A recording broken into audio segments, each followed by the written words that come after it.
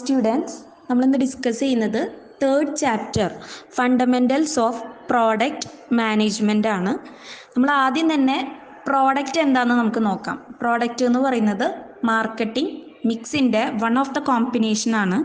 Product എന്ന് വെച്ച് കഴിഞ്ഞാൽ anything that has the ability to satisfy a customer need. കസ്റ്റമറുടെ നീഡ് സാറ്റിസ്ഫൈ ചെയ്യുന്ന ഒരു കമ്മോഡിറ്റി ആവാം, സർവീസ് ആവാം, ഐഡിയ ആവാം, അല്ലെങ്കിൽ ഒരു പ്ലേസ്. ഇതിനൊക്കെയാണ് നമ്മളൊരു പ്രോഡക്റ്റ് എന്ന് പറയുന്നത്. അപ്പോൾ anything that satisfy the needs of a customer is called a product.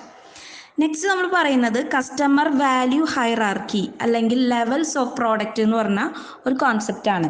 അതായത് ഇവിടെ നമ്മൾ പറയുന്നത് ഓരോ കസ്റ്റമേഴ്സും ഒരു പ്രോഡക്റ്റിൽ നിന്ന് എക്സ്പെക്റ്റ് ചെയ്യുന്നത്, അവരതിൽ നിന്ന് ആഗ്രഹിക്കുന്ന വാല്യൂ എന്ന് പറയുന്നത് ഡിഫറെൻ്റ് ആയിരിക്കും. അതിൻ്റെ ബേസിസിൽ നമ്മൾ പല ലെവൽസായിട്ട് പ്രോഡക്റ്റിനെ ഡിവൈഡ് ചെയ്യും. Core product, basic product, expected product, augmented product, potential product, അങ്ങനെ പല ലെവൽസായിട്ട് നമ്മൾ ഡിവൈഡ് ചെയ്യും. അതായത് ബേസിക് ആയിട്ടുള്ള ചില കാര്യങ്ങളാണ് നമ്മൾ കോർ പ്രോഡക്റ്റിനകത്ത് വരുന്നത്. അപ്പോൾ ഇവിടെ എല്ലാ എക്സാമ്പിളും പറയുന്നത് നമ്മളൊരു ഹോട്ടലിൽ റൂം എടുക്കുമ്പോൾ നമ്മൾ കസ്റ്റമർ എക്സ്പെക്റ്റ് ചെയ്യുന്ന വാല്യൂവിൻ്റെ ബേസിസിലാണ്. കുറച്ചും കൂടെ നിങ്ങൾക്ക് അത് പറയുമ്പോൾ ക്ലിയർ ആയിരിക്കും. ഫസ്റ്റ് വൺ എന്ന് പറയുന്നത് കോർ പ്രോഡക്റ്റ് ആണ്. അവിടെ നമ്മൾ ആ ഒരു പ്രോഡക്റ്റ് മേടിക്കുന്നത് അല്ലെങ്കിൽ ആ സർവീസ് നമ്മൾ മേടിക്കുന്നത് അതിൽ നിന്ന് കിട്ടുന്ന ഒരു കോർ ബെനിഫിറ്റ് ആഗ്രഹിച്ചുകൊണ്ടായിരിക്കും. നമ്മളൊരു റൂം എടുക്കുമ്പോൾ നമ്മൾ അവിടെ ഒരു റെസ്റ്റ് അല്ലെങ്കിൽ ഒരു സൗണ്ട് സ്ലീപ്പ് കിട്ടുക എന്നുള്ളതാണ് മെയിനായിട്ടുള്ള ഒരു ഒബ്ജക്റ്റീവ് അല്ലേ. അപ്പം അങ്ങനെ ഒരു ബേസിക് കോൺസെപ്റ്റ്, ഒരു കോർ ബെനിഫിറ്റിന് വേണ്ടി ഒരു പ്രോഡക്റ്റ് മേടിക്കുകയാണെങ്കിൽ അതിനെയാണ് കോർ പ്രോഡക്റ്റ് എന്ന് പറയുക. സെക്കൻഡ് വൺ ബേസിക് പ്രോഡക്റ്റ് ആണ്. അതായത് ജനറലായിട്ട് നമുക്കൊരു റൂം റെൻ്റ് ചെയ്യുമ്പോൾ അവിടെ നിന്ന് നമ്മൾ ഒരുപാട് കാര്യങ്ങൾ കിട്ടും. ജനറൽ ബെനിഫിറ്റും ജനറലായിട്ട് ചില ബേസിക് പ്രോഡക്ട്സ് കിട്ടും. ഇപ്പോൾ bed, bathroom, towels, fan, table, അതിന് നമ്മൾ സെപ്പറേറ്റ് ഫിനാൻസ് ചെയ്യേണ്ട ആവശ്യമില്ല. അതിനെയാണ് നമ്മൾ പറയുക ബേസിക് പ്രോഡക്റ്റ് എന്ന്. പിന്നെ വരുന്നത് എക്സ്പെക്റ്റഡ് പ്രോഡക്റ്റ് ആണ്. അതായത് നമ്മൾ നോർമലി ഒരു ഹോട്ടൽ റൂം റെൻ്റ് ഔട്ട് ചെയ്യുമ്പോൾ അതിൽ നിന്ന് നമ്മൾ ആഗ്രഹിക്കുന്ന ചില കാര്യങ്ങളുണ്ട്. കുറച്ച് നീറ്റായിട്ടുള്ള ഒരു ബെഡായിരിക്കണം, ക്ലീൻ ടോയ്ലറ്റ് ആയിരിക്കണം, ഫ്രഷ് ടവൽസ്, പിന്നെ നമുക്ക് വാട്ടർ ഫെസിലിറ്റി, പിന്നെ അങ്ങനെയുള്ള കാര്യങ്ങൾ നമ്മൾ എക്സ്പെക്റ്റ് ചെയ്യും. അപ്പോൾ നമ്മൾ ഒരു കസ്റ്റമർ എക്സ്പെക്റ്റ് ചെയ്യുന്നതായിട്ടുള്ള ആ വാല്യൂസിനെയാണ് എക്സ്പെക്റ്റഡ് പ്രോഡക്റ്റ് എന്ന് പറയുക. ആ വാല്യൂ നൽകുന്ന പ്രോഡക്റ്റുകളെയാണ് എക്സ്പെക്റ്റഡ് പ്രോഡക്റ്റ് എന്ന് പറയുക. അടുത്തത് ഓഗ്മെൻറ്റഡ് പ്രോഡക്റ്റ് എന്ന് പറഞ്ഞൊരു കോൺസെപ്റ്റാണ്. ഓഗ്മെൻറ്റഡ് എന്ന് വെച്ച് കഴിഞ്ഞാൽ അഡീഷണൽ. ഓക്കെ, ഇതെല്ലാം ഇപ്പോൾ നമ്മൾ 3 കേസിലും പറഞ്ഞത് നമുക്ക് ബേസിക്കലി നമുക്ക് ആഗ്രഹിക്കുന്ന ഒരു കാര്യങ്ങളാണ്. എന്നാൽ ചില എക്സ്ട്രാ അല്ലെങ്കിൽ അഡീഷണൽ ബെനിഫിറ്റ്സ് നമ്മൾ ചില പ്രോഡക്റ്റുകളിൽ നിന്ന് എക്സ്പെക്റ്റ് ചെയ്യുന്നുണ്ടാവും. ഓക്കെ, ഇപ്പോൾ എല്ലാ ഹോട്ടലുകളിലും ഉണ്ടാവണമെന്നില്ല ആ കാര്യങ്ങൾ. ഇപ്പം നമ്മൾ നല്ല ഒരു TV സൗകര്യം, അല്ലെങ്കിൽ ഒരു പൂൾ അറ്റാച്ച്ഡ് ആയിട്ടുള്ളത്, അല്ലെങ്കിൽ എയർ കണ്ടീഷണർ, അല്ലെങ്കിൽ അങ്ങനെയുള്ള അഡീഷണൽ ഫെസിലിറ്റീസ് പ്രോഡക്റ്റ് കൊടുക്കുന്നതിനെയാണ് ഓഗ്മെൻറ്റഡ് പ്രോഡക്റ്റ് എന്ന് പറയുക. ഇനി പൊട്ടൻഷ്യൽ പ്രോഡക്റ്റ് എന്ന് വെച്ച് കഴിഞ്ഞാൽ ഇതിനേക്കാളും മേലെ ഹൈ ലെവൽ വാല്യൂസ് ആണ് that attached to a product. Okay, that provides today and tomorrow. അതാണ് അതിൻ്റെ പ്രത്യേകത. അതായത് ഇപ്പോൾ നമ്മൾ ഈ റൂം റെൻ്റ് ഔട്ട് ചെയ്യുമ്പോൾ അതിൻ്റെ കൂടെ തന്നെ ചിലപ്പോൾ ഫ്രീ ബ്രേക്ക്ഫാസ്റ്റ്, വെൽക്കം ഡ്രിങ്ക്, അല്ലെങ്കിൽ വൈഫൈ, അങ്ങനെയൊക്കെ കിട്ടുകയാണെങ്കിൽ അതൊരു പൊട്ടൻഷ്യൽ പ്രോഡക്ട്സ് ആണ്. ഓക്കെ, അപ്പോൾ ഇതാണ് വാല്യൂവിൻ്റെ ബേസിസിലുള്ള ഹൈറാർക്കി എന്ന് വെച്ച് കഴിഞ്ഞാൽ വാല്യൂവിൻ്റെ ബേസിസിൽ നമ്മൾ ഒരു പ്രോഡക്റ്റിൻ്റെ ക്യാരക്ടറിസ്റ്റിക്സിനെ അറേഞ്ച് ചെയ്യുക. ആ അറേഞ്ച്മെൻറ്റിനെയാണ് നമ്മൾ ഹൈറാർക്കി എന്ന് പറയുക. ഓക്കെ, നെക്സ്റ്റ് വരുന്നത് classification of products or goods ആണ്. അത് പലതരത്തിലുള്ള ക്ലാസിഫിക്കേഷനാണ്. അപ്പം ഞാൻ പെട്ടെന്ന് പറയാം. ഇതിൽ നിന്ന് ഏതെങ്കിലുമൊക്കെ നമുക്ക് 2 മാർക്സിന് വരും. ഓക്കെ, ഫസ്റ്റ് വൺ ഡ്യൂറബിൾ ഗുഡ്സും നോൺ ഡ്യൂറബിൾ ഗുഡ്സാണ്. ഡ്യൂറബിൾ ഗുഡ്സ് എന്ന് വെച്ച് കഴിഞ്ഞാൽ ഒരുപാട് നാൾ നമുക്ക് യൂസ് ചെയ്യാവുന്ന, റിപ്പീറ്റഡ്ലി യൂസ് ചെയ്യാവുന്ന, ഫ്രീക്വൻ്റ്ലി യൂസ് ചെയ്യാവുന്ന, പെട്ടെന്ന് കേടാവാത്ത ടൈപ്പ് പ്രോഡക്ട്സ് ആണ് ഡ്യൂറബിൾ ഗുഡ്സ്. അപ്പോൾ അതിന് എക്സാമ്പിളാണ് ഇപ്പോൾ ഫർണിച്ചർ, മെഷീനറി, എക്സെട്ര. ഓക്കെ, നമുക്കത് ഇപ്പം മേടിച്ചില്ലെങ്കിൽ പൈസയൊക്കെ കൂടുതലാണെന്ന് കാണുമ്പോൾ നമുക്ക് വേണമെങ്കിൽ അതിൻ്റെ പർച്ചേസ് പോസ്റ്റ്പോൺ ചെയ്യാനും പറ്റും, പിന്നേക്ക് മാറ്റി വയ്ക്കാം. നോൺ ഡ്യൂറബിൾ ഗുഡ്സ് എന്ന് വെച്ച് കഴിഞ്ഞാൽ എന്താണ്? നമ്മൾ consumed fast and purchased frequently. നമ്മൾ എപ്പോഴെപ്പോഴും മേടിക്കുന്നതായിട്ടുള്ള കാര്യങ്ങൾ, ഇപ്പോൾ സോപ്പ് നമുക്ക് മന്ത്ലിയോ അല്ലെങ്കിൽ വീക്ക്ലിയോ ഒക്കെ നമ്മൾ മേടിച്ചുകൊണ്ടിരിക്കും. സോൾട്ട്, ഷുഗർ, അങ്ങനെയുള്ള ഐറ്റംസാണ് നോൺ ഡ്യൂറബിൾ ഗുഡ്സ് എന്ന് പറയുന്നത്. അപ്പോൾ ഫാസ്റ്റ്ലി നമ്മൾ കൺസ്യൂം ചെയ്യുന്നു, പർച്ചേസ് ഫ്രീക്വൻ്റ്ലി ആയിട്ടുള്ള പ്രോഡക്റ്റ്സ് ആണ് നോൺ ഡ്യൂറബിൾ ഗുഡ്സ് എന്ന് പറയുന്നത്. നെക്സ്റ്റ് വരുന്നത് സർവീസ്. നമുക്കറിയാം സർവീസ് എന്താണെന്നുള്ളത്. സർവീസ് എന്ന് പറയുന്നത് എന്താണ്? ചില ബെനിഫിറ്റ്സ് അല്ലെങ്കിൽ ആക്ടിവിറ്റീസ് നമ്മൾ മേടിക്കുന്നതിനെയാണ് സർവീസ് എന്ന് പറയുക. സർവീസ് എന്ന് പറയുന്നത് ഇൻടാഞ്ചിബിൾ ആണ്, നമുക്ക് അതിനെ കാണാനോ തൊടാനോ ഒന്നും സാധിക്കില്ല. ഇൻസെപ്പറബിൾ ആണ്, അതായത് ആ സർവീസ് പ്രൊവൈഡറും സർവീസും ഒന്ന് തന്നെയാണ്. പിന്നെ അതെന്താണ്? വേരിയബിൾ അല്ലെങ്കിൽ പെരിഷബിൾ ആണ്, നമുക്ക് അത് ഉപയോഗിച്ചില്ലെങ്കിൽ അത് കേടായി പോകുന്ന ടൈപ്പാണ് സർവീസ് എന്ന് പറയുന്നത്. അത്രയാണ് സർവീസിനകത്ത് വരുന്നത്. അടുത്തതായി പറയുന്നത് കൺസ്യൂമർ ഗുഡ്സ്. കൺസെപ്ഷൻ്റെ ബേസിസിൽ കൺസ്യൂമർ ഗുഡ്സ് എന്നും അതുപോലെ തന്നെ പലതരത്തിൽ നമ്മൾ ക്ലാസിഫൈ ചെയ്യുന്നുണ്ട്. അപ്പോൾ ഇതിൽ കൺസ്യൂമർ ഗുഡ്സ് എന്ന് പറയുമ്പോൾ ആദ്യം തന്നെ നമുക്കറിയണം എന്താണ് കൺസ്യൂമർ, കസ്റ്റമർ എന്നുള്ളത്. ഒരു പ്രോഡക്റ്റ് സാറ്റിസ്ഫാക്ഷന് മേടിക്കുന്ന ആരെയും നമുക്ക് കസ്റ്റമർ എന്ന് പറയാം. പക്ഷെ ഫൈനൽ കൺസെപ്ഷനാണ് ആ പ്രോഡക്റ്റ് മേടിക്കുന്നതെങ്കിൽ അവരെയാണ് നമ്മൾ എന്തെന്ന് പറയുക? കൺസ്യൂമർ എന്ന് പറയാം. ഓക്കെ, അപ്പോൾ കൺസ്യൂമർ ഗുഡ്സ് എന്ന് പറഞ്ഞാലും എന്തായിരിക്കും? Purchased for final conception. Final കൺസെപ്ഷന് വേണ്ടി ആ പ്രോഡക്റ്റ് മേടിക്കുന്നവരെയാണ് കൺസ്യൂമർ എന്ന് പറയുക. ഫൈനൽ കൺസെപ്ഷന് മേടിക്കുന്ന പ്രോഡക്റ്റിനെയാണ് കൺസ്യൂമർ ഗുഡ്സ് എന്ന് പറയുക. ഇപ്പോൾ നമുക്കറിയാം, ഒരു വണ്ടി മേടിക്കുന്നു, നമ്മളത് ഫൈനൽ കൺസെപ്ഷനാണ് അല്ലേ. ഒരു TV, furniture, tooth brush, paste, ഇതെല്ലാം എന്താണ്? കൺസ്യൂമർ ഗുഡ്സ് ആണ്. ഓക്കെ, കൺസ്യൂമർ ഗുഡ്സിനെ പലതായിട്ട് നമ്മൾ ഡിവൈഡ് ചെയ്യും.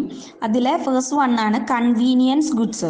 കൺവീനിയൻസ് ഗുഡ്സ് എന്ന് വെച്ച് കഴിഞ്ഞാൽ നമ്മൾ ഫ്രീക്വൻ്റ്ലി മേടിക്കുന്ന, അതായത് ഡ്യൂറബിൾ ടൈപ്സ് ഓഫ് ഗുഡ്സ് ആയിരിക്കും. പെട്ടെന്ന് നമ്മൾ മേടിക്കും, അതിന് കൂടുതൽ നമ്മൾ ചിന്തിക്കേണ്ട കാര്യമൊന്നുമില്ല.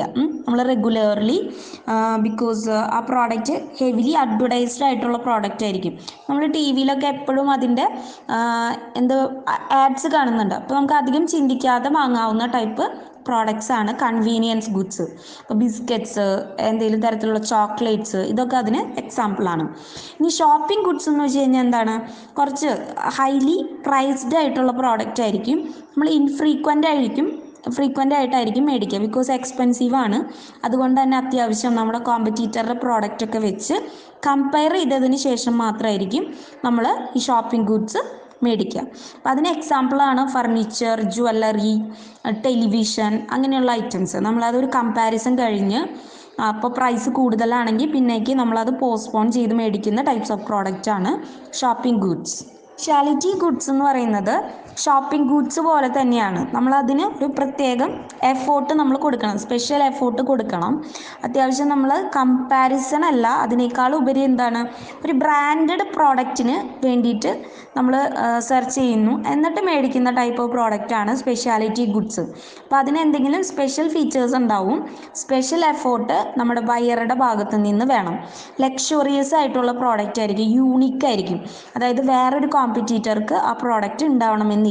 ഓക്കെ, അപ്പോൾ അതിന് എക്സാമ്പിളാണ് നമുക്ക് ഹൈലി ബ്രാൻഡഡ് ആയിട്ടുള്ള പ്രോഡക്ട്സ്. ഓക്കെ, ഇപ്പോൾ ഐഫോണിൻ്റെ ലേറ്റസ്റ്റ് ആയിട്ടുള്ള മോഡൽസ് മേടിക്കുക, അല്ലെങ്കിൽ റോളക്സ് വാച്ച്, റെയ്ബാൻ സൺഗ്ലാസ്, ഇതൊക്കെ അതിന് എക്സാമ്പിളാണ്. ഇത് വരുന്നതാണ് അൺസോട്ട് ഗുഡ്സ്. അൺസോട്ട് ഗുഡ്സ് എന്ന് വെച്ച് കഴിഞ്ഞാൽ നോർമലി ആ ഒരു പർട്ടിക്കുലർ പ്രോഡക്റ്റിനെ പറ്റി കസ്റ്റമേഴ്സിന് കാര്യമായ അറിവുണ്ടാവണമെന്നില്ല. Consumer does not know about or does not normally think of buying.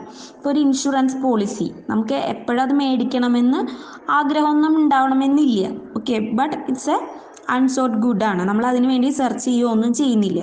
Okay, അടുത്തതായി വരുന്ന ഒരു ക്ലാസിഫിക്കേഷനാണ് FMCG, fast moving consumer goods. ആ പേരിൽ തന്നെയാണ് ഫാസ്റ്റ് മൂവിങ് ആണ്, അതുകൊണ്ട് തന്നെ അതിൻ്റെ സെയില് വളരെയധികം കൂടുതലായിരിക്കും.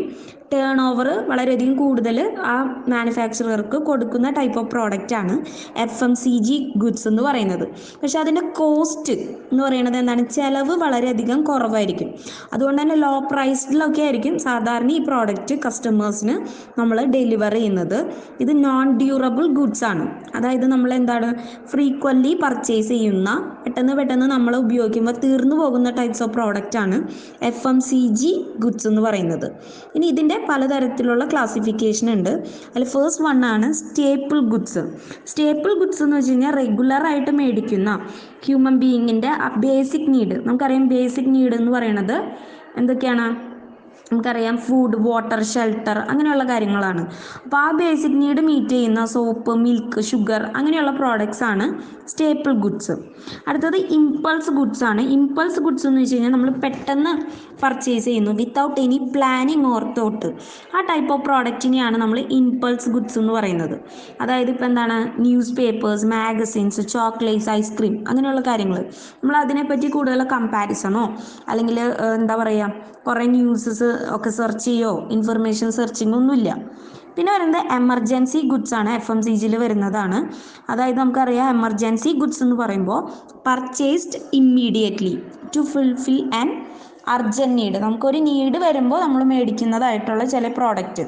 ഓക്കെ, എന്തൊക്കെയാണ് നമുക്കറിയാം. ഇപ്പോൾ പെട്ടെന്നൊരു മെഡിസിൻ മേടിക്കുന്നു, അതൊക്കെ എന്തിൽ വരും? എമർജൻസി ഗുഡ്സിൽ വരുന്നതാണ്. ഓക്കെ, അപ്പോൾ നമ്മൾ കൺസ്യൂമർ ഗുഡ്സ് പറഞ്ഞു. പിന്നെ വരുന്നത് ഇൻഡസ്ട്രിയൽ ഗുഡ്സ് ആണ്. ഇൻഡസ്ട്രിയൽ ഗുഡ്സ് എന്ന് വെച്ച് കഴിഞ്ഞാൽ ഇൻഡസ്ട്രിയൽ പർപ്പസസിന് വേണ്ടിയിട്ടുള്ളതായിരിക്കും. ലൈക്ക് റോ മെറ്റീരിയൽ ഫോമിലുള്ളതൊക്കെയാണ് കൂടുതൽ ഏത് വരാം ഇൻഡസ്ട്രിയൽ ഗുഡ്സ് എന്ന് പറയുന്നത്. അത് എക്യുപ്മെൻ്റ് ആവാം, റോ മെറ്റീരിയൽസ് ആവാം, പ്രൊഡക്ഷൻ സപ്ലൈസ് ഒക്കെ ആവാം. ഇതുപയോഗിച്ച് നമ്മൾ എന്ത് ചെയ്യുന്നു? മറ്റൊരു ഫിനിഷ്ഡ് ഗുഡ്സ് പ്രൊഡ്യൂസ് ചെയ്യുന്നു. ആ ടൈപ്പ് ഓഫ് പ്രോഡക്റ്റ് ആണ് ഇൻഡസ്ട്രിയൽ ഗുഡ്സ്. സാധാരണ അത് ബൾക്കി പർച്ചേസ് ആയിരിക്കും, ഹൈ കോസ്റ്റ് ഉണ്ടാവാം അതിനകത്ത്.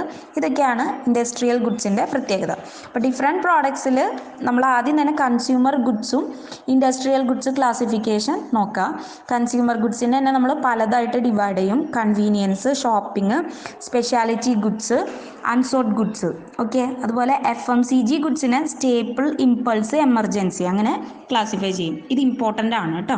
അടുത്തതായി പറയുന്നത് പ്രോഡക്റ്റുമായി ബന്ധപ്പെട്ട് നമ്മൾ നോർമലി യൂസ് ചെയ്യുന്ന ചില അറ്റാച്ച്ഡ് ആയിട്ടുള്ള കാര്യങ്ങളാണ്. ബ്രാൻഡിങ്, പിന്നെന്താണ് പാക്കേജിങ്, അതുമാതിരി തന്നെ അങ്ങനെയുള്ള ചില കാര്യങ്ങൾ. അത് ജസ്റ്റ് ഒന്ന് ഓടിച്ച് പറയാം. അതിൻ്റെ അഡ്വാൻറ്റേജും ഡിസഡ്വാൻറ്റേജും ഒക്കെ നിങ്ങൾ നോക്കാം കേട്ടോ. അതിൽ ഫസ്റ്റ് വൺ എന്ന് പറയുന്നത് ബ്രാൻഡിങ്. ബ്രാൻഡിങ് എന്ന് വെച്ച് കഴിഞ്ഞാൽ എന്താണ്? Giving an identification to a particular product. നമുക്കറിയാം, നമുക്ക് ഓരോരുത്തർക്കും ഓരോ പേരുകൾ തരും. അതുപോലെ പ്രോഡക്റ്റിനെ കോമ്പറ്റീറ്ററുടെ പ്രോഡക്റ്റിൽ നിന്ന് ഡിഫറൻഷിയേറ്റ് ചെയ്യുക, അല്ലെങ്കിൽ അതിനൊരു ഐഡൻറ്റിഫിക്കേഷൻ കൊടുക്കാൻ വേണ്ടിയിട്ട് നമ്മൾ ആ പ്രോഡക്റ്റിന് ഒരു പേര് കൊടുക്കുന്ന പ്രോസസ്സാണ് ഇതെന്ന് പറയുന്നത് ബ്രാൻഡിങ്. അപ്പോൾ branding means giving a name to a particular product or giving an identification to a product through a product can be distinguished from his competitor. Okay, ഇപ്പോൾ നമുക്ക് ബ്രാൻഡിങ്ങിന് എക്സാമ്പിളാണ്. ഇപ്പോൾ നമുക്കറിയാം ഫോൺ എടുക്കുകയാണെങ്കിൽ സാംസങ്, ഐഫോൺ, അതുമാതിരി പല ബ്രാൻഡ് നെയിമിൽ നമ്മൾ അറിയപ്പെടും അല്ലേ. അപ്പോൾ അതാണ് ആ പേര് കൊടുക്കുന്ന പ്രോസസ്സാണ് ബ്രാൻഡിങ് എന്ന് പറയുന്നത്. ആ പർട്ടിക്കുലർ പേരിനെ പറയുന്ന പേരാണ് ബ്രാൻഡ്. ഓക്കെ, ട്രേഡ് മാർക്ക് എന്ന് പറയുന്നത് ഈ ബ്രാൻഡ് അല്ലെങ്കിൽ ബ്രാൻഡ് നെയിം അല്ലെങ്കിൽ ബ്രാൻഡ് മാർക്ക്, ഇതിനെല്ലാം നമ്മൾ ട്രേഡ് മാർക്ക് ആക്ട് പ്രകാരം രജിസ്റ്റർ ചെയ്യാം. അപ്പോൾ നമ്മുടെ ആ പർട്ടിക്കുലർ ബ്രാൻഡ് നെയിം അല്ലെങ്കിൽ ആ ഐഡൻറ്റിഫിക്കേഷൻ വേറൊരാൾക്കും ഇമിറ്റേറ്റ് ചെയ്യാനായിട്ട് പറ്റില്ല. When a brand is registered with the law, അതിനെയാണ് നമ്മൾ എന്തെന്ന് പറയുക? ട്രേഡ് മാർക്ക് എന്ന് പറയുക. അപ്പോൾ രജിസ്റ്റേർഡ് ബ്രാൻഡാണ് ട്രേഡ് മാർക്ക് എന്ന് പറയുന്നത്. ബ്രാൻഡ് എന്ന് പറയുമ്പോൾ just A name, simple or identification ആണ്. ഒരു ഇമ്പോർട്ടൻറ്റ് ടേമാണ് ബ്രാൻഡിങ് റിലേറ്റഡ് ആയിട്ടുള്ളതാണ് ബ്രാൻഡ് ഇക്വിറ്റി എന്ന് പറയുന്നത്.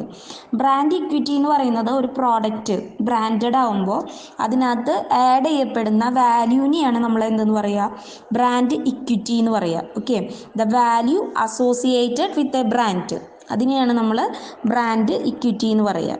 ഓക്കെ, ബ്രാൻഡ് ലോയൽറ്റി എന്ന് പറഞ്ഞൊരു ടേമാണ്. അതായത് നമ്മൾ ഒരു same brand when we purchase A particular brand repeatedly we will get A particular satisfaction from that. അതായത് നമ്മളൊരു പ്രോഡക്റ്റ് തന്നെ ഒരു പർട്ടിക്കുലർ ബ്രാൻഡ് റിപ്പീറ്റഡ്ലി പർച്ചേസ് ചെയ്തുകൊണ്ടിരിക്കുമ്പോൾ നമുക്ക് എന്തുണ്ടാവും? ആ പ്രോഡക്റ്റിൽ നിന്ന് കിട്ടുന്ന ഒരു സാറ്റിസ്ഫാക്ഷൻ ഉണ്ടായിരിക്കും. അതിനെയാണ് നമ്മൾ പറയുക ബ്രാൻഡ് ലോയൽറ്റി എന്ന് പറയുന്നത്. ഓക്കെ, ഇമ്പോർട്ടൻ്റ് ആയിട്ടുള്ളൊരു ടേമാണ് product life cycle. Product life cycle means ഒരു പ്രോഡക്റ്റ് അത് മാർക്കറ്റിൽ ഇൻട്രൊഡ്യൂസ് ചെയ്യുന്നത് തൊട്ട് അത് മാർക്കറ്റിൽ നിന്ന് ടെർമിനേറ്റ് ആവുക അല്ലെങ്കിൽ മാർക്കറ്റിൽ നിന്ന് വിട്ടുപോകുന്നത് വരെയുള്ള ഡിഫറെൻറ്റ് സ്റ്റേജസിനെയാണ് നമ്മൾ പ്രോഡക്റ്റ് ലൈഫ് സൈക്കിൾ എന്ന് പറയുക. അപ്പോൾ നമുക്കറിയാം ഇത് മെയിൻലി പല സ്റ്റേജസ് ആയിട്ടാണ് ഡിവൈഡ് ചെയ്യുന്നത്. ഒന്ന് പറയുന്നത് നമുക്കറിയാം ഇൻട്രൊഡക്ഷൻ സ്റ്റേജിൽ ആ പ്രോഡക്റ്റ് എൻറ്റയർലി ന്യൂ ആയിരിക്കും, പുതിയൊരു പ്രോഡക്റ്റാണ്. ഇപ്പോൾ ഒരു മാനുഫാക്ചറർ അവരുടെ റിസർച്ച് ആൻഡ് ഡെവലപ്മെൻറ്റും പുതിയ ടെക്നോളജിയൊക്കെ ഉപയോഗിച്ച് എന്ത് ചെയ്യും, ഇന്നോവേറ്റീവ് ആയിട്ടുള്ള ഒരു പുതിയ പ്രോഡക്റ്റ് അവർ ഇൻട്രൊഡ്യൂസ് ചെയ്യുന്ന സ്റ്റേജാണ് ഇൻട്രൊഡക്ഷൻ എന്ന് നമ്മൾ പറയുന്നത്. അപ്പോൾ ആ പ്രോഡക്റ്റിന് കാര്യമായിട്ട് ആൾക്കാരുടെ ഇടയിൽ അവയർനെസ് ഒന്നും ഉണ്ടാവില്ല. നമ്മൾ കൂടുതൽ എന്ത് കൊടുക്കണം, അഡ്വർടൈസ്മെൻറ്റ്സും പ്രൊമോഷനൊക്കെ കൊടുക്കേണ്ട ഒരു സ്റ്റേജാണ് ഇൻട്രൊഡക്ഷൻ എന്ന് പറയുന്നത്. അവിടെ സെയിൽ കുറവായിരിക്കും, അതുകൊണ്ട് തന്നെ പ്രോഫിറ്റും കുറവായിരിക്കും. സ്റ്റേജ് എന്ന് പറയുന്നത് ഗ്രോത്ത് ആണ്. ഗ്രോത്ത് എന്ന് പറയുമ്പോൾ എന്താണ്, നമ്മൾ ഫസ്റ്റ് സ്റ്റേജിൽ അഡ്വർടൈസ്മെൻ്റ് ഒക്കെ കൊടുത്തു കഴിഞ്ഞപ്പോൾ എന്താണ്, ഇവിടെ കുറച്ച് സെയിലൊക്കെ കൂടിയിട്ടുണ്ടാവും. ആ പ്രോഡക്റ്റ് കസ്റ്റമേഴ്സ് അറിഞ്ഞു തുടങ്ങി. ഓക്കെ, അങ്ങനെ ആ സെയിൽ കൂടുന്ന ആ ഒരു സ്റ്റേജിനെയാണ് നമ്മൾ എന്തെന്ന് പറയുക, ഈ ഗ്രോത്ത് സ്റ്റേജ് എന്ന് പറയാം. സെയിൽ കൂടുമ്പോൾ നോർമലി എന്തും കൂടും, പ്രോഫിറ്റും കൂടും. ഇതൊരു സ്റ്റേജാണ് മെച്യൂരിറ്റി എന്ന് പറയുന്നത്. മെച്യൂരിറ്റി സ്റ്റേജ് ആകുമ്പോഴത്തേക്കും അറിഞ്ഞും കേട്ടോ ഒരുപാട് കോമ്പറ്റീറ്റേഴ്സ് മാർക്കറ്റിലേക്ക് എൻ്റർ ചെയ്യുന്നുണ്ടാവും. അപ്പോൾ നമ്മുടെ പ്രോഫിറ്റ് മാക്സിമം എത്തുന്ന ഒരു സ്റ്റേജാണ്. ഇപ്പോൾ പുതിയ പ്രോഡക്റ്റുകൾ നമ്മൾ ഫോഴ്സ്ഫുള്ളി ഇൻട്രൊഡ്യൂസ് ചെയ്യാനായിട്ട് നമുക്ക് ഇൻട്രൊഡ്യൂസ് ചെയ്യേണ്ട ആവശ്യം ഈ ഒരു സ്റ്റേജിലുണ്ട്.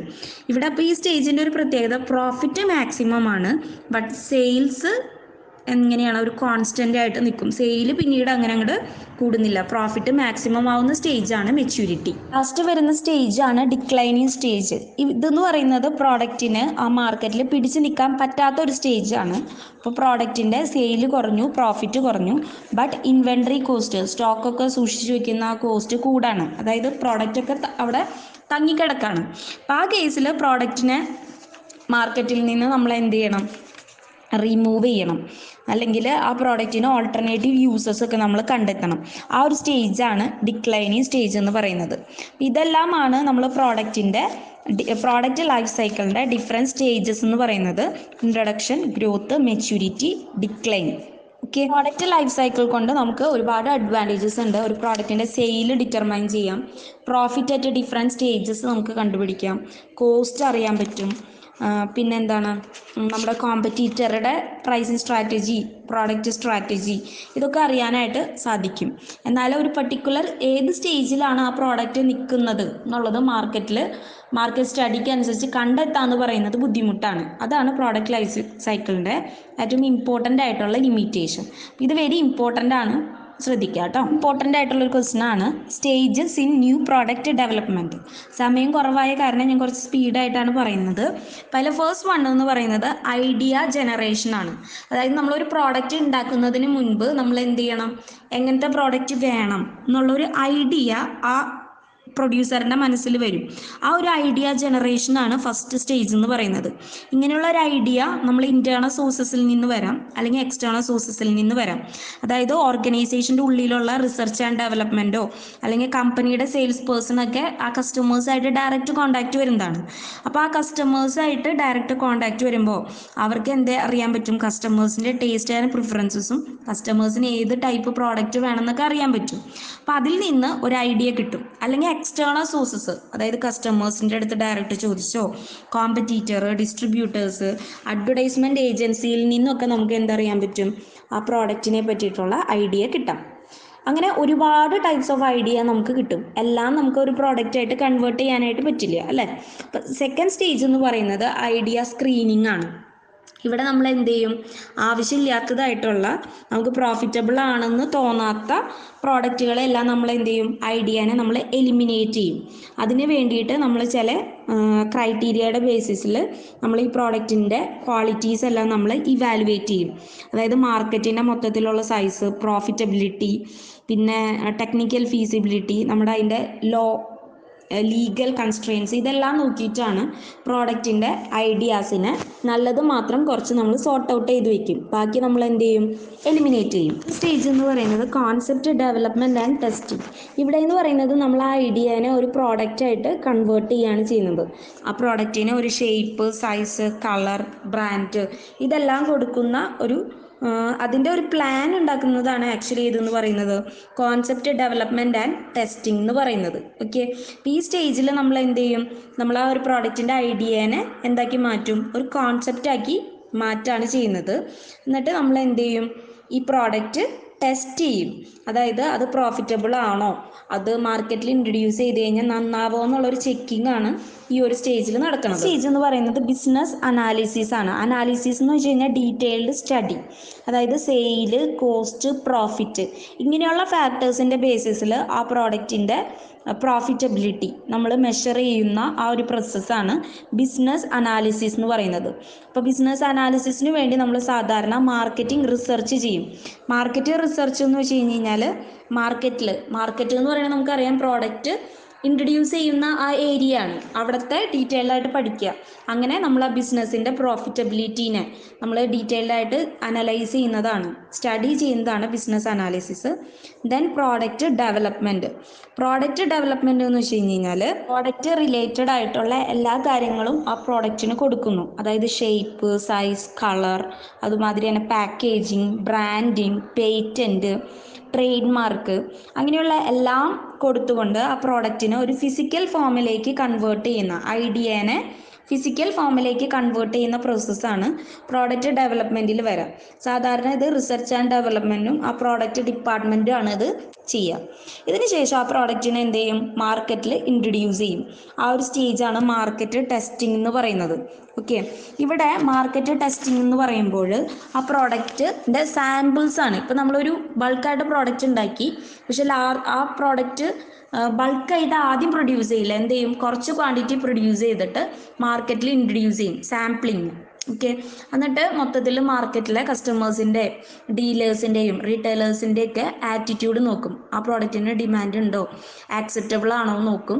എന്തെങ്കിലും ചേഞ്ചസ് വരുത്തണമെങ്കിൽ ആ പ്രോഡക്റ്റിൽ ചേഞ്ചസ് വരുത്തും. എന്തെങ്കിലും ആഡ് ഓൺ ചെയ്യണമെങ്കിൽ ആഡ് ഓൺ ചെയ്യും. മാറ്റേണ്ടതായിട്ടുണ്ടെങ്കിൽ അത് എലിമിനേറ്റ് ചെയ്യും.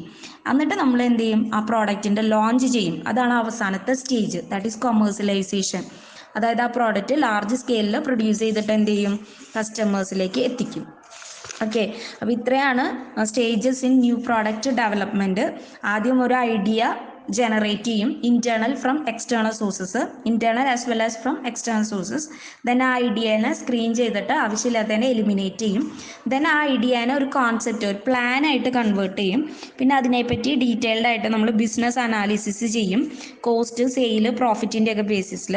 ദെൻ ആ പ്രോഡക്റ്റിനെ ഒരു ഐഡിയയിൽ നിന്ന് ഒരു ഫിസിക്കൽ ഫോമിലേക്ക് കൺവേർട്ട് ചെയ്യും. അതിന് ഷേപ്പും സൈസും കളറും പാക്കേജും ബ്രാൻഡും പേറ്റൻ്റൊക്കെ കൊടുത്തിട്ട് ദെൻ അതിനൊരു സാമ്പിളായിട്ട് മാർക്കറ്റിൽ ഇൻട്രൊഡ്യൂസ് ചെയ്യും.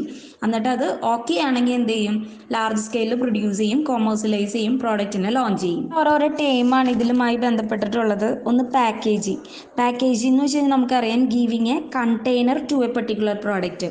ഒരു പ്രോഡക്റ്റിന് ഒരു കണ്ടെയ്നർ കൊടുക്കാം, അതിനെ ബാക്കി പിൽഫറേജ് അല്ലെങ്കിൽ ടെഫ്റ്റ് അല്ലെങ്കിൽ ഹീറ്റ്, കോൾഡ് അങ്ങനെയുള്ള എൻവയോൺമെൻറ്റിൽ നിന്നുള്ള ഒരു പ്രൊട്ടക്ഷൻ കൊടുക്കുന്നതാണ് നമ്മൾ പാക്കേജിംഗ് എന്ന് പറയുന്നത്. ലേബലിംഗ് എന്ന് വെച്ച് കഴിഞ്ഞാൽ നമ്മൾ എന്താണ്, ആ പാക്കേജിൻ്റെ മുകളിൽ ആ പ്രോഡക്റ്റ് റിലേറ്റഡ് ആയിട്ടുള്ള ഇൻഫർമേഷൻസ് എഴുതി വെക്കുന്നതിനെയാണ് ലേബലിംഗ് എന്ന് പറയുക. ഓക്കെ, അപ്പോൾ verbal information about a product and the seller that put on the package is called labeling. ഇത് ഇമ്പോർട്ടൻ്റ് ആയിട്ടുള്ള ഒരു ടേമാണ് വാറൻറ്റി, ഗ്യാരണ്ടി. രണ്ടും പ്രോഡക്റ്റിന് ഒരു അഷുറൻസ്, അതിൻ്റെ ക്വാളിറ്റിക്കോ അല്ലെങ്കിൽ അതിൻ്റെ എന്താ പറയുക ഡ്യൂറബിലിറ്റിക്കോ ഒക്കെ ഒരു ഗ്യാരണ്ടി കൊടുക്കുന്ന ടേംസാണ് വാറൻറ്റിയും ഗ്യാരണ്ടിയും. ഓക്കെ, ഗ്യാരണ്ടി എന്ന് പറഞ്ഞു കഴിഞ്ഞാൽ അത് ഒരു ഇൻഫോർമൽ ടൈപ്പ് ഓഫ് പ്രോമിസാണ്. അതായത് അതിനകത്തൊരു നമുക്ക് ഓറലി ആയിരിക്കാം ചിലപ്പോൾ ആ പ്രോഡക്റ്റ് നല്ലതാണെന്നുള്ളൊരു ഗ്യാരണ്ടി കസ്റ്റമർക്ക് കൊടുക്കുന്നതാണ് ഗ്യാരണ്ടി എന്ന് പറയുന്നത്. എന്നാൽ വാറൻറ്റി എന്ന് പറയുമ്പോൾ അത് റിട്ടൺ ഫോം ആയിരിക്കും, അത് ഫോർമലായിരിക്കും, അതൊരു എഗ്രിമെൻറ്റ് നമ്മൾ എഴുതി തന്നെ നമുക്കൊരു അഷുറൻസ് തരുന്നതാണ്. അപ്പോൾ ഓറലായിട്ടുള്ളതാണ് ഗ്യാരണ്ടി, ബട്ട് വാറൻറ്റി എന്ന് പറയുമ്പോൾ അതെന്താണ്, റിട്ടേൺ ആയിരിക്കും നോർമലി. പിന്നെ ഗ്യാരണ്ടിയിൽ പ്രോഡക്റ്റോ സർവീസോ അല്ലെങ്കിൽ പേഴ്സണോ കസ്റ്റമർ സാറ്റിസ്ഫാക്ഷനോ ഒക്കെ അത് കവർ ചെയ്യുന്നുണ്ട്. എന്നാൽ വാറൻറ്റി എന്ന് പറയുമ്പോൾ പ്രോഡക്റ്റ് മാത്രമേ പ്രോഡക്റ്റിന്മേലുള്ള അഷുറൻസ് മാത്രമേ വാറണ്ടി തരുന്നുള്ളൂ. ഗ്യാരണ്ടി നോർമലി ഫ്രീ ഓഫ് കോസ്റ്റിലായിരിക്കും. ബട്ട് വാറണ്ടി എന്ന് പറയുമ്പോഴോ അതിന് നമ്മൾ പേ ചെയ്യണം, പേയ്മെൻറ്റ് കൊടുക്കേണ്ടതായിട്ടുണ്ട്. ഗ്യാരണ്ടി ഇൻഫോർമൽ ഇൻ നേച്ചറാണ്, എന്നാൽ വാറണ്ടി ഫോർമൽ നേച്ചറാണ്. പിന്നെ ഗ്യാരണ്ടി എന്ന് പറയുന്നത് ഓരോ ഐറ്റം ഫ്രം ഐറ്റം ഡിഫറെൻ്റ് ആയിരിക്കും, എന്നാൽ വാറണ്ടി എന്ന് പറയുന്നത് ഒരു ലോങ് ടൈം ആയിരിക്കും. പിന്നെ ഗ്യാരണ്ടിയുടെ കേസിൽ ആ ഗ്യാരണ്ടി ഫുൾഫിൽ ചെയ്തില്ലെങ്കിൽ നമുക്ക് മണി ബാക്ക് ഓപ്ഷൻ ഉണ്ട്, നമുക്ക് പൈസ തിരിച്ച് കിട്ടാനുള്ളൊരു ഓപ്ഷൻ ഉണ്ട്. എന്നാൽ അത് വാറണ്ടിയുടെ കേസിൽ ഉണ്ടായിരിക്കില്ല. പിന്നെ വാറണ്ടി എന്ന് പറയുന്നത് സബ്സിഡിയറി കണ്ടീഷൻ ഓഫ് സെയിലാണ്. എന്നാൽ ഗ്യാരണ്ടി എന്ന് പറയുന്നത് എന്താണ്? Not a condition of sale. അതായത് സെയിൽ നടത്തുമ്പോൾ അതിൻ്റെ കൂടെയുള്ള ഒരു പെർട്ടിക്കുലർ കണ്ടീഷനാണ് വാറണ്ടി എന്ന് പറയുന്നത്. എന്നാൽ ഗ്യാരണ്ടി നമ്മൾ എല്ലാ പ്രോഡക്റ്റിനും അതിന് കൊടുക്കണമെന്നില്ല, അങ്ങനെ ഒരു കണ്ടീഷൻ അറ്റാച്ച് ചെയ്യണമെന്നില്ല. ഓക്കെ. വാറണ്ടി സാധാരണ നമ്മൾ റിപ്പയർ ഓഫ് ആർട്ടിക്കിൾസിനാണ്. എന്നാൽ ഗ്യാരണ്ടി എന്ന് പറയുന്നത് ചിലപ്പോൾ റിപ്പയർ, റീപ്ലേസ്മെൻറ്റ്, മണി ബാക്ക് ഇതെല്ലാം തന്നെ ഇതിൽ കവർ ചെയ്യുന്നുണ്ട്, ഗ്യാരണ്ടിയിൽ കവർ ചെയ്യുന്നുണ്ട്. Guarantee is more in manufacturing പ്രോഡക്ട്സിനാണ് കൂടുതലും ഗ്യാരണ്ടി യൂസ് ചെയ്യുക. എന്നാൽ ഡിസ്ട്രിബ്യൂഷനും റീസെല്ലിംഗ് പാർട്സിൻ്റെ കേസിലാണ് വാറണ്ടി. അപ്പോൾ ഇത്രയാണ് ഇതിൻ്റെ ഫീച്ചേഴ്സ്. അപ്പോൾ ഈ ഒരു ചാപ്റ്റർ എല്ലാവരും നോക്കുക. ഏതെങ്കിലും ഭാഗം ഇനി ഡിസ്കസ് ചെയ്യണമെങ്കിൽ പറയാം. Okay, thank you. Thanks for watching.